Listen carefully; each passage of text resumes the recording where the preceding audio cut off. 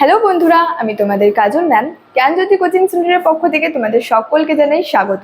তো বন্ধুরা, আজকে আমি তোমাদের সঙ্গে যে টপিকটি সম্পর্কে আলোচনা করব সেটি হচ্ছে সিন্ধু সভ্যতাকে হরপ্পা সভ্যতা বলা হয় কেন। তো আলোচনার আগে তোমাদেরকে একটা ছোট্ট ইনফরমেশন দিতে চাই। তোমরা যারা আমাদের কোচিং সেন্টারে এখনো যুক্ত হওনি কিংবা যুক্ত হতে চাইছো, তারা উপরে দুটি নাম্বার দেখতে পাচ্ছ, 6295916282 এবং 7076398606। এই দুটি নাম্বারের মধ্যে কিন্তু যে কোনো একটি নাম্বারে যোগাযোগ করে আমাদের সঙ্গে যুক্ত হয়ে যেতে পারো। তো দেরি না করে কিন্তু আজকে টপিক সম্পর্কে আলোচনা শুরু করছি। তো বললাম যে সিন্ধু সভ্যতাকে হরপ্পা সভ্যতা বলা হয় কেন, এই সম্পর্কে কিন্তু আজকে আমি তোমাদের সঙ্গে আলোচনা করব।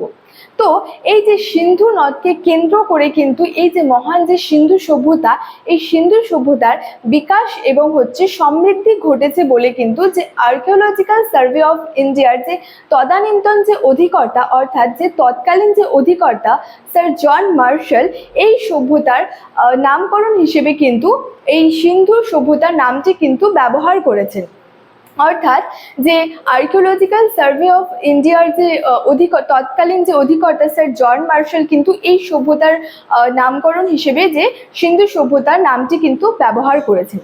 কিন্তু বলা হয়েছে যে সেখানে খনন কার্যের ফলে যে তথ্যগুলি আর কি প্রাপ্ত হয়েছিল, সেখানে খনন কার্যের ফলে যেই তথ্যগুলি প্রাপ্ত হয়েছিল, সেই প্রাপ্ত তথ্যগুলির উপর ভিত্তি করে কিন্তু এই সভ্যতাকে কিন্তু আর কি এই সভ্যতার নাম হিসেবে কিন্তু সিন্ধু নামটি কিন্তু সম্পূর্ণ বলে কিন্তু মনে হচ্ছিল না, অর্থাৎ সিন্ধু নামটি কিন্তু পরিপূর্ণ বলে মনে হচ্ছিল না।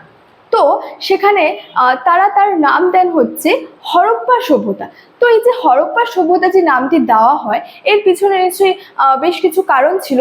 তো এই কারণগুলি কি কি ছিল?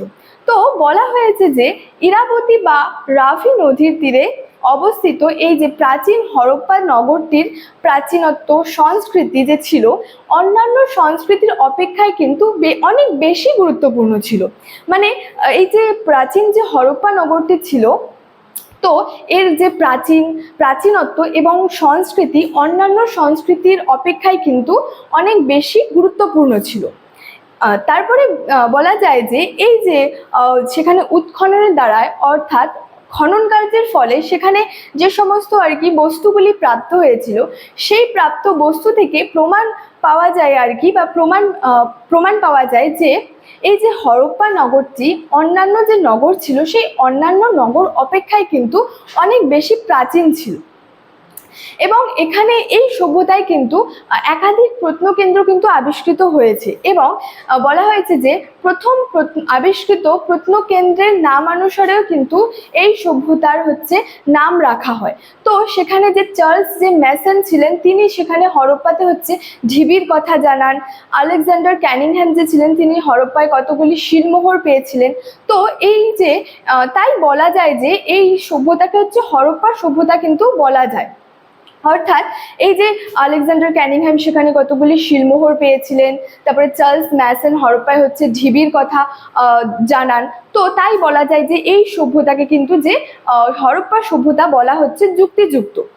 তো পরবর্তীকালে বিভিন্ন সেখানে যে নানা আবিষ্কার, নতুন নতুন তথ্য পাওয়া গেছে, তাই এই কারণগুলির উপর ভিত্তি করে আর কি যে প্রত্নতত্ত্ববিদগণরা যে ছিলেন, তারা বলেছেন যে তারা বলেছেন আর কি যে এই সিন্ধু সভ্যতাকে কিন্তু হরপ্পা সভ্যতা তারা বলে থাকেন। অর্থাৎ এই যে এই কারণগুলির জন্য প্রত্নতত্ত্ববিদগণরা এই সিন্ধু সভ্যতাকে কিন্তু হরপ্পা সভ্যতা বলে থাকেন। তো স্টুডেন্ট, এই ছিল আজকে আমার এই যে সিন্ধু সভ্যতাকে হরপ্পা সভ্যতা বলা হয় কেন, এই সম্পর্কে আলোচনার বিষয়। তোমাদেরকে ভিডিওটি কেমন লাগলো আমাকে অবশ্যই কমেন্ট করে জানিও এবং ভিডিওটি ভালো লাগলে তোমাদের বন্ধুদের সঙ্গে কিন্তু শেয়ার করতে ভুলবে না। দেখা হচ্ছে তোমাদের সঙ্গে পরবর্তী ভিডিওতে। Thank you so much. Thanks for watching.